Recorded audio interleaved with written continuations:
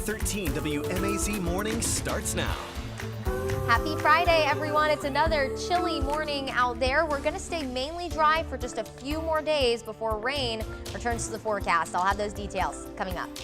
The NCAA now cracking down on a couple of Mercer athletic programs with the organization handed down and how the university is responding. Plus, Governor Brian Kemp sending a message when it comes to rolling up your sleeves, what he says you should think about doing before the possibility of another COVID-19 wave. Well, good Friday morning. You're taking a live look over a beautiful downtown Macon. The time is now 6:30 a.m. on this October the 1st. Thank you so much for starting your morning with us. I'm Wanye Reese. It's feeling good outside. You might just need a light jacket, but you're going to have to ditch that jacket once the sun comes up, Courtney. That's right. Yeah, another warm day is on the way today for the end of the work week and the start of a new month. October is already here. 65 right now in the city of Macon, and I believe off in the distance I can already hear Christmas music coming from Chief Meteorologist Ben Jones' house now that we're getting closer to Christmas. 65 right now in the city of Macon. Area-wide, we are in the mid to upper 60s. Notice a few low 60s out there if you're east of 75. 63 in Sandersville, 64 in Dublin. We're at 67 in Cochrane, and 69 in Montezuma, 64 if you're waking up with us in Thomaston. Quiet on live radar to start the morning, and that's how it's going to be for the most part today. We are going to see mostly sunny to partly cloudy skies as we go through the day. It's going to be, like Wanye said, plenty warm. Definitely don't need a jacket in mid 80s, and we could have a stray shower come in off the coast as we head into the evening, but for the most part we're staying dry. Now, of course, that changes next week along a cold front that's going to bring us quite a bit of rain. I'll have all of those details. That's in my full forecast in just a few minutes. Well, thank you, Courtney. Happening now, according to the Georgia Department of Transportation, there are down power lines at the Broadway-Houston split on 247. Now they're reporting that all lanes are blocked right now. That's a major commuting route to Robins Air Force Base. In addition to Georgia Power, they are reporting an outage to more than 1,800 customers around there. Estimates that the power could be restored around 10 a.m. and the highway reopened by 7 a.m. But this is all just an estimate. We will continue to keep you updated on this story on air as well as online. Stiff penalties from the NCAA now on course to come to a couple of Mercer's athletic programs. Yesterday, the organization announced sanctions for the university's women's cross country and track and field teams. In this release from the NCAA, a hearing panel cited recruiting violations by the cross country program. The NCAA says a former women's cross country and track and field head coach violated responsibility rules, while a former assistant coach violated ethical conduct rules. It says the violations happened as Mercer recruited an international runner. According to the school, this dates back to 2018 and 2019. The NCAA says coaches paid the prospects more than $1,300 in gifts, tickets, and lodging. The release adds Mercer knew about the conduct in October, but the school didn't report the violations until July of the following year, which allowed the woman to compete for 2 semesters. The committee concluded that Mercer failed to monitor its women's cross-country program because it did not adequately gather the facts, address the prospect's continued presence on campus, or report violations in a timely manner.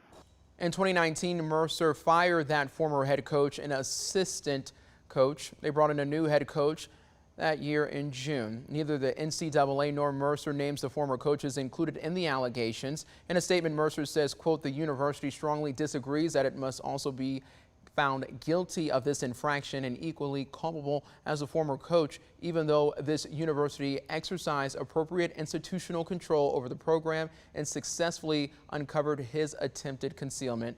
Penalties for the violation include 3 years probation, a fine, limits on scholarships and recruiting. There was also a 1-year postseason ban for the women's cross country program, which the NCAA says was implemented in the 2020-21 academic year.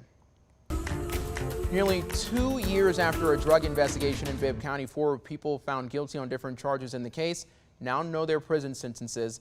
The sentencing happened this week. This stems from the January 2020 Operation Extended Stay. It was an investigation into a multi-gang drug trafficking organization centering around several West Macon hotels.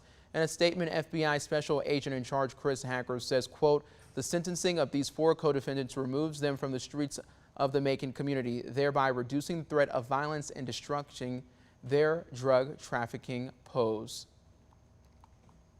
Now moving on, in total, investigators arrested 24 people in the operation. We have full details of the investigation along with sentencing on our website. That's at 13wmaz.com. This weekend, one group in Warner Robins wants to address the city's recent string of violent crimes. Since July, the city's had at least 6 shootings that's left 4 people dead. Tomorrow, Highly Favored Ministries will host an anti-violence rally to remind people to put the guns down. An organizer says it will happen from 11 a.m. to 2 p.m. at the Field of Dreams on South Davis Drive in Warner Robins. There will be performances and motivational speakers. Do not wait to get vaccinated. That's the message coming from Governor Brian Kemp and the Department of Public Health Commissioner Dr. Kathleen Toomey. They held a news conference yesterday to give an update on COVID-19 in the state. The governor urged Georgians not to let up in the fight and says the state could see another big wave this fall or winter just like a year ago. He's asking those unvaccinated in the state to speak with doctors or other healthcare professionals about getting the vaccine soon. Governor Kemp also reported some good news over the past week, saying new virus cases are down by 1/3 and so are hospitalizations and cases among school-age kids. Speaking of vaccines, you can roll up your sleeves this weekend in Perry. An organizer says a flu and COVID-19 vaccine clinic is happening tomorrow afternoon from 2 to 6 p.m. It's at St. James CME Church on W.F. Reagan Drive. No appointment is needed, but you must bring a valid ID. Also, if you have insurance, you want to go ahead and bring that card with you as well. Now to 2 other headlines from across the state. Candidates seeking election to statewide offices in Georgia can now legally accept more from each donor. The State Ethics Commission voted yesterday to raise contribution limits for statewide candidates. They voted to increase it to $7,600 for each primary and general election. That's up from $7,000. The amount donors can give to candidates for the state House and Senate and local offices also saw an increase. The change takes effect immediately. The commission is legally required to raise contribution limits to account for inflation. Well, speaking of politics, today is a very special day for former president and Georgia native Jimmy Carter. It is his birthday, and he's turning 97 years old. Carter has accomplished a lot in these 97 years, from his political life leading all the way to the White House to his contributions through the Carter Center and Habitat for Humanity in later years. One commitment he's always kept was to his church. That's out there in Plains, and Carter served as a deacon and taught Sunday school there for decades. When obligations or health problems kept him away, Carter's niece Kim Fuller would fill in. She says Uncle Jimmy always kept some tabs on her, though. And he used to correct me. He would, after Sunday, if I was teaching for him, and there were times when he would get home late at night, he'd still come to Sunday school, but he'd call me and said, "Teach for me, please." And he would send me emails. "That wasn't quite right. This is what you should have said." That's so sweet. Now, Kim Fuller is the daughter of Jimmy's late brother, Billy Carter. Jimmy Carter stopped teaching Sunday school classes last year, but he and his wife have a rich history at that church. People used to actually camp out in the parking lot to hear the Plains native speak on Sunday mornings. The oldest living U.S. president plans to quietly mark his birthday today. An aide says he doesn't plan to have any public appearances. Instead, he will spend the day at home in Plains. But that doesn't mean you can't write him a happy birthday message right to the former president. Right now, you can send your well wishes, and you don't even need a stamp. The Carter Center has a digital card where you can write a message and upload a picture.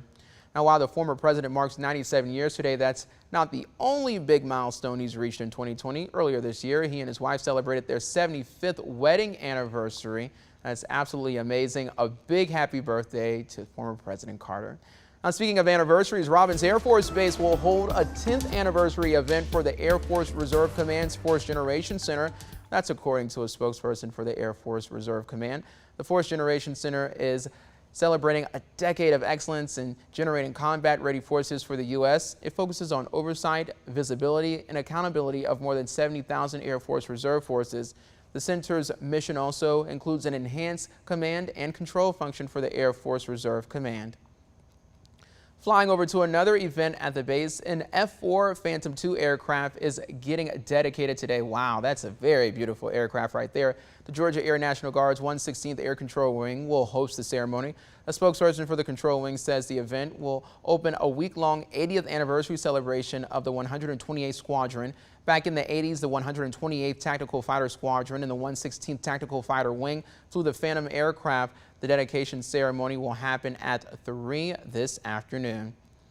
All right, I want you to check this out. Is it a bird, a plane, Superman? No, but it's still pretty out of this world. You might have seen what looked like a super long fireball going across the sky in central Georgia last night. Viewer Randy Bennett sent us this photo of it over Musella. But what is it? The SpaceX Dragon spacecraft completed its 1-month stay at the International Space Station. It was supporting a resupply mission for NASA. SpaceX says the Dragon's descent could be seen in parts of Florida and Georgia. I mean, that's absolutely amazing.